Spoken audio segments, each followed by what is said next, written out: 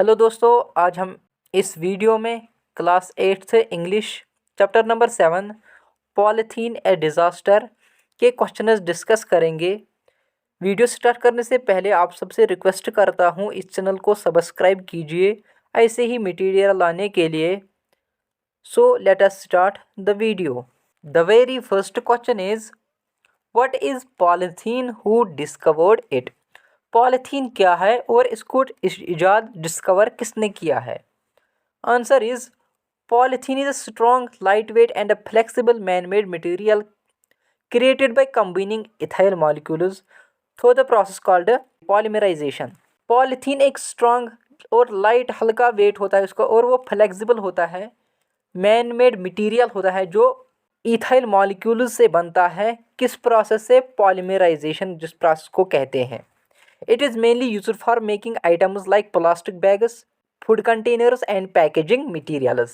ये ज़्यादातर plastic bags या पैकेजिंग मटेरियल्स के लिए इस्तेमाल होता है। This material was discovered by the German scientist namely Hans von Pachmann. ये किसने डिस्कवर्ड किया है? एक जर्मन साइंटिस्ट था, उसका नाम था हेनस वॉन पेंचमैन। Next question is, what does Rakesh father expect from kid? Rakesh का फादर क्या अपने बच्चों से ख्वाहिश रखता था? Answer is, Rakesh father hopes that the younger generation including Rakesh will stop using polythene bags even though the older generation has struggled to do so. Rakesh का father ये उम्मीद रखता था यंगर जनरेशन से और अपने बेटे से कि वो इस पॉलीथीन का यूज़ कम करे। हालांकि जो ओल्डर जनरेशन है उनको थोड़ा स्ट्रगल होता है ये थोड़ा स्ट्रगल होता है पॉलीथीन का कम यूज़ करने से। Next question is, why is polythene widely used? Polythene को ज़्यादातर यूज़ क्यों किया जाता है? Answer is, polythene is widely commonly used because it is affordable and easy to carry everywhere. Polythene इसलिए कॉमनली यूज़ होता है, सब यूज़ करते हैं क्योंकि ये एक अफोर्डेबल होता है और इजी होता है, आसान होता है ये कैरी करना हर जगह पर, इसीलिए पॉलीथीन कॉमनली यूज़ होता है हर जगह पर। Fourth question is, what is biodegradation?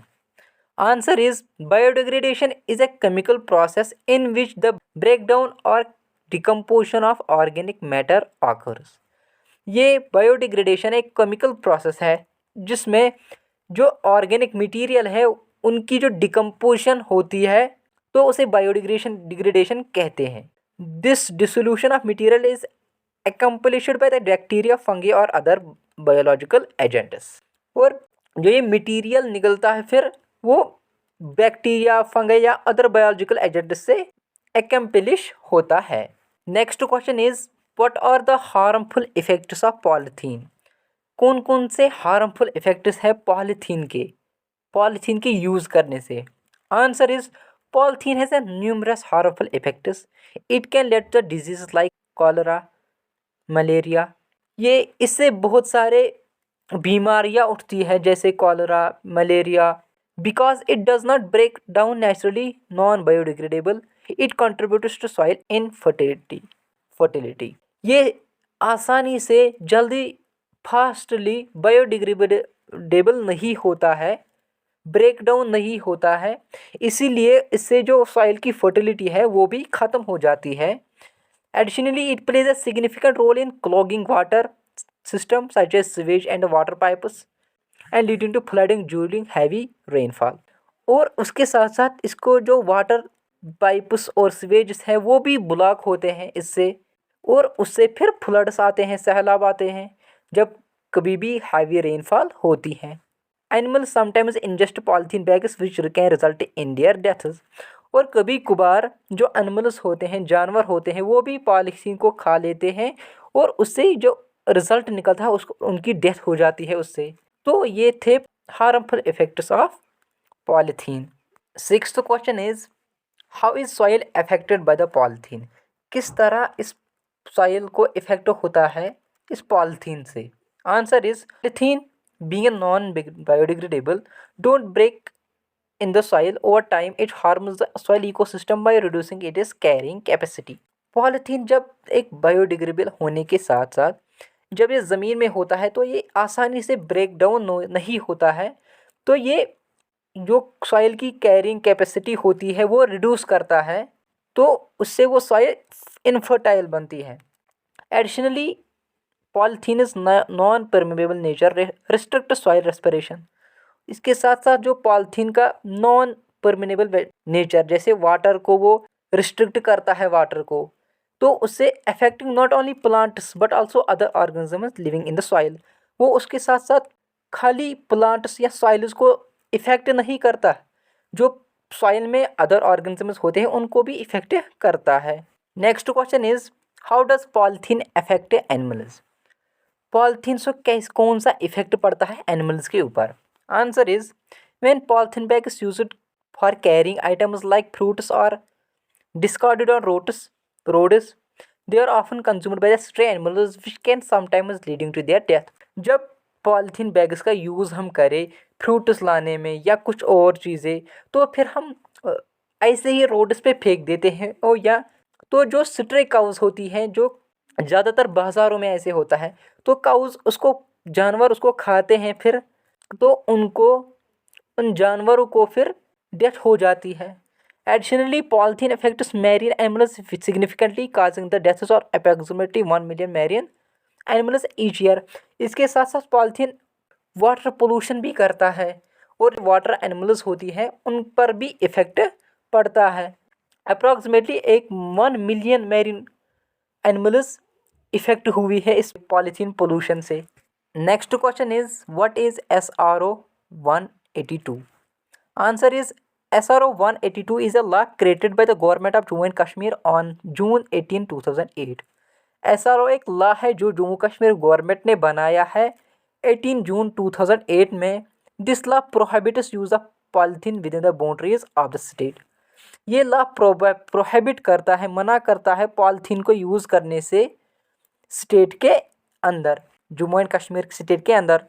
Next question is how can we save our posterity from the harmful effects of polythene. It means किस तरह हम बचाए, हम आने वाली जनरेशन्स को इस हार्मफुल इफेक्ट ऑफ पॉलीथीन से आने वाली जनरेशन को बचाए. Answer is we can protect future generation by completely avoiding the use of polythene. हम अपनी फ्यूचर जनरेशन को बचा सकते हैं, पूरी तरह से इस पॉलीथीन को अवॉइड करना है, यूज़ नहीं करना है. Instead we can opt for bags made of jute and cotton. और हमें इसके बदले कॉटन और जूट के बने हुए बैग्स यूज़ करने चाहिए. This shift can help us to steer clear of disease and harmful consequences associated with the polythene. और इससे हमें हेल्प होगी ताकि हम हार्मफुल डिजीज़ कंसिक्वेंसेस से बच पाए जो पॉलीथीन से होती है. Next section is language work. Choose the correct sentence from the following. नीचे कुछ सेंटेंसेस दिए हुए हैं, आपको करेक्ट सेंटेंस चूज करने हैं. I will tell you only answers. मैं खाली आंसर्स देता हूँ आप लोगों को. Answers are first is I knew him since 2009. Second the freedom struggle against the maharaja started in 1930. Third को आएगा television revolutionized the game of cricket in 1980. Fourth is the economic depression in the USA started in 1920. Second is give the full form of the acronyms. नीचे कुछ acronyms दिए हुए हैं, short forms दिए हैं, उनको full form लिखनी है. I will tell you only answers. First is IPL, full form है Indian Premier League. Second WHO, World Health Organization. Third WWF, World Wildlife Fund. D part ILO, International Labour Organization. E part BBC, British Broadcasting Corporation. FIFA, Federation International of Football Association. G part is HBO, Home Box Office. H part is PIL, Public Interest Litigation. I part is ICC, Integrated Circuit Card. Last one is IMF, International Monetary Fund. Now the last is grammar work. इसका पहला question है, identify the following sentences as simple, compound और complex sentence. I will tell you only answers. First is complex sentence, second is compound sentence, third is compound sentence, fourth is compound sentence, fifth is simple sentence, sixth is compound sentence, seventh is complex sentence, eighth is complex sentence, ninth is simple sentence, 10th is complex sentence, 11th is compound sentence, 12th is complex sentence, 13th is complex sentence, 14th is complex sentence, and the last one is compound sentence. Thank you so much friends for watching the video. अगर आप सारे chapters के questions read करना या right करना चाहते हो, आप इस चैनल की प्लेलिस्ट चेक करें। सारे चैप्टर्स प्लेलिस्ट्स में मिलेंगे सीक्वेंस के हिसाब से। So thank you so much once again.